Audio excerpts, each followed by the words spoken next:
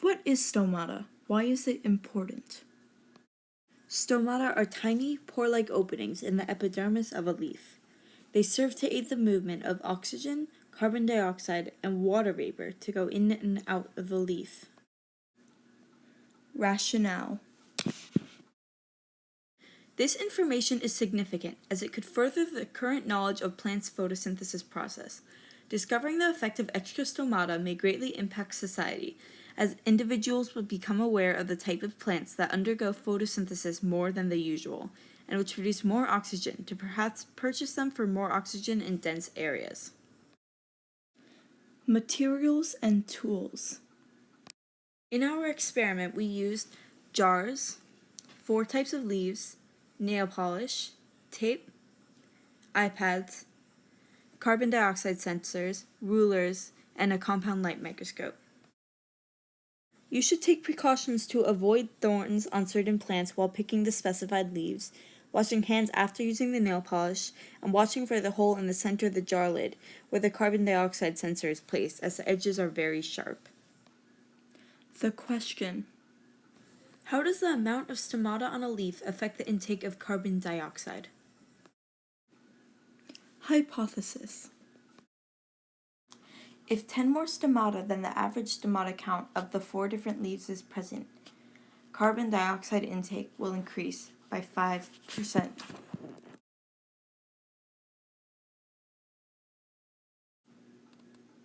Step 1. Picking the leaves. The first step is to pick 2 leaves off each of the 4 specified plants.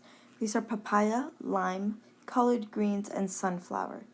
We will collect 2 from each because 1 will be used to extract the stomata from and 1 will be used to measure the carbon dioxide. Step 2. Putting the leaves in their jars. Place them in their jars, respectively.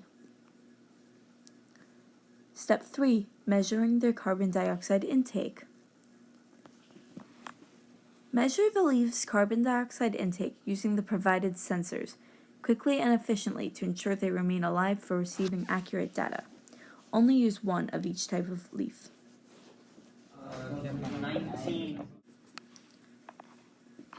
Step 4. Putting nail polish on the leaves. With each freshly picked leaf, paint a 1x1 square centimeter region on the leaf's backside, near the vein of the leaf, with clear nail polish. We wait for it to dry. Step 5. Remove the polished portion with tape. After the nail polish has dried, remove it carefully by sticking clear tape on the polished portion and lifting carefully to prevent it from ripping. Step 6. Put the polished portion under the microscope. You can adjust the microscope as needed. Step 7. Count the stomata with a microscope.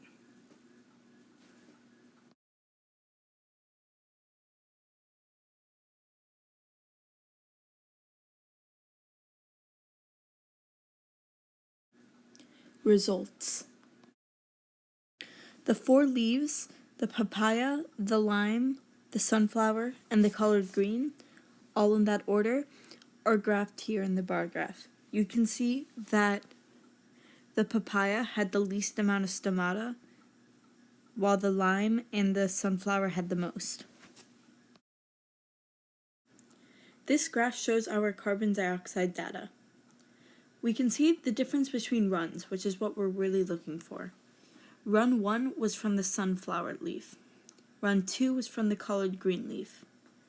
Run 4, or the purple one, was from the papaya leaf. And run 6, the orange-yellow one, was the lime. The difference between these is what will help us see if we got our hypothesis right. First, data analysis. We concluded that there is little to no coordination between the carbon dioxide levels and the stomata count. This is because both the sunflower and the collard greens seem to reflect their data in the graph, while the lime and papaya did not. We decided to give our project a second trial, counting the stomata inside the entire plant rather than a 1 centimeter sample. These are the calculations and measurements. To find the stomata count within the entire leaf, we are going to be using some basic math. First, we will be measuring the measurements of each leaf. For the papaya, they were 25 by 4. And these are all in terms of centimeters. For the collard greens, they were 10 by 7.2. For the sunflower, they were 11 by 7. And for the lime, they were 9 by 5. After finding out their measurements, we calculated their estimated area. Because most of them are elliptical, we will use the formula AB pi, where A equals half the length and B equals half the width. This left the papaya 12.5 times 2, equaling 25 pi, and which equals 78.54, rounded to the nearest hundredth. The collard greens were 5 times 3.6, equaling 18 pi, equaling 56.55. For the sunflower, 5.5 times 3.5 equals 19.25 pi, equaling around 60.48. And for the lime, 4.5 times 2.5 equals 11.25 pi, equaling 35.34. Then, we multiplied stomata amounts by the new areas, rounded to the nearest hundredth.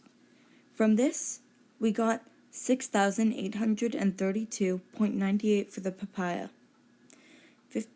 5,541.9 for the collard greens, 6,350.4 for the sunflower, and 3,604.68 for the lime. However, even though the papaya has the most amount of stomata in the entire plant, it is the lowest on the graph. And even though the lime has over 3,000 different stomata, they are overlapping.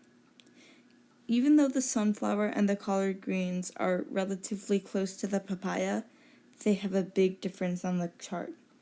Therefore, I conclude that there is little to no correlation, meaning our hypothesis is wrong.